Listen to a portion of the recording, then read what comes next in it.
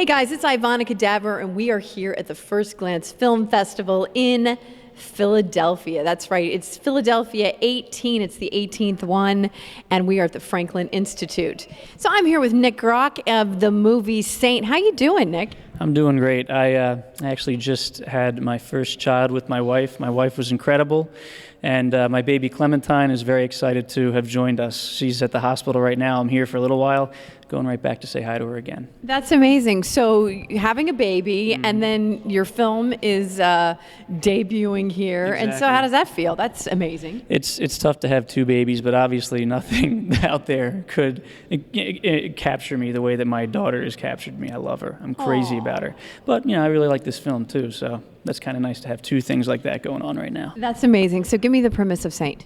Saint is a supernatural origin story that we're developing into an episodic journey of a character who has an initial experience that puts his life in a place where he reincarnates, per se. He's unable to die, unable to pass on.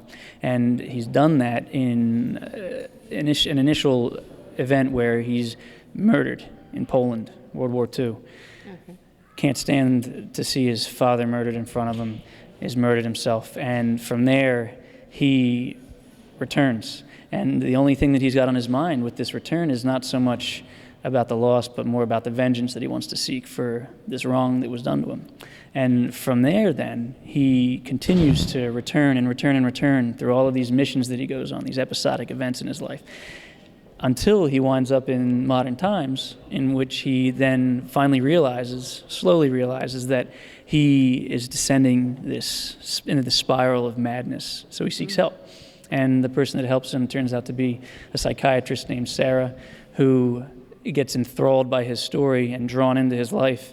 And then they become intertwined, and we see them work things out as he has these flashbacks to his experiences in Poland, in World War I, and we expand into other eras of history in which he finds other enemies to fight. A lot of the enemies that he fights are enemies that harm young people, children, and that type of thing, especially as we move now into the modern era, where we've got a lot of still human trafficking that exists in the world. And so that's one of the things that he fights the hardest in this day and age. And so, speaking about that, so what were some of the influences, or what gave you the idea to create this movie? I mean, was that part of it, these kind of getting into modern days and things like that? Absolutely. The biggest influence was the fact that years ago, when I was in high school and growing up, in grade school as well, I served as the librarian for the Polish American Cultural Center, where we actually shot part of the film.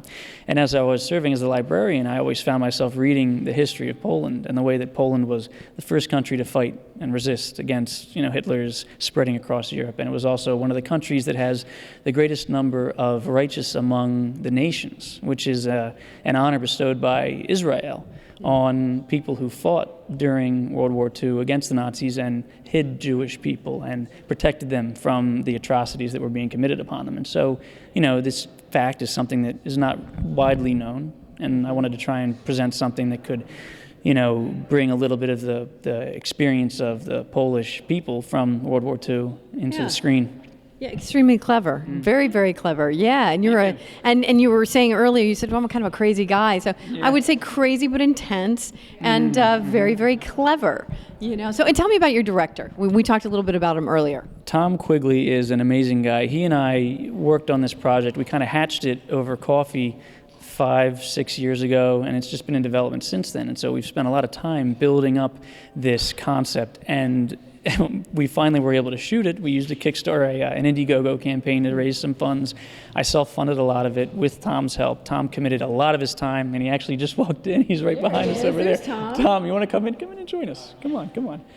This is Tom Quigley, one of my favorites. Tom Quigley. See how that happens? They just come in when we Tom Quigley, director of Saint. Hello. How's it going? How are you, Tom? I'm doing great. You know what? I just said, tell me about your director, and I want to hear what you have to say. he was just getting started. So. I was starting to gush over how much I love Tom, how handsome he is, how incredibly intelligent he is, and also how incredibly good he is at helping me pump the brakes, because I'm really the throttle guy with a lot of projects that we do, but he's always the one that says, all right, let's bring it in and let's think about it before we just go. And that's one of the reasons that Saint for us has been such a success and why we're so happy about it, because he really adds such a great amount of, I don't know, what's the word that I'm looking for? Tom, what's the word that I'm looking for that you add to this film? That's a good question. I don't like being put on the spot. How about this? He was getting into the premise of it, and I said, super clever. We were talking about some of the influences. How did some of the influences in your life help you with this movie? Well, for me, what I have really enjoyed, comic book films have become a really big thing lately, and the ones that I really enjoy the most are the ones that have the most grounded kind of story. They're not the ones that take on the whole universe at once. It's the stuff that has more of a human element to it. So, what I wanted to bring to this was kind of this comic book sort of supernatural kind of storyline, but I wanted to make it a little more grounded, a little more relatable. So I don't know, that was just kind of me bringing my taste to the table, I guess. But I think taste is actually the word that I was looking for. Tom brings taste to this film, whereas I just bring, hey, let's go out and kill people and make it look like it's meaningful. No, we need to do it with class and with taste, and I think that that's what Tom brings. You bring raw acting talent to the table is what you bring. Why, thank you. I appreciate it.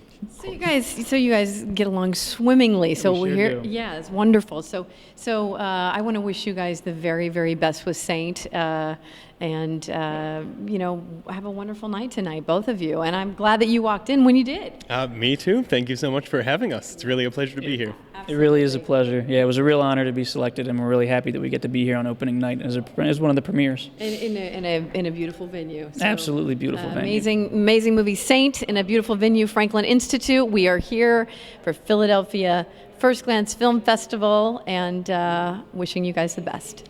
Thank you. Very much. Thank you.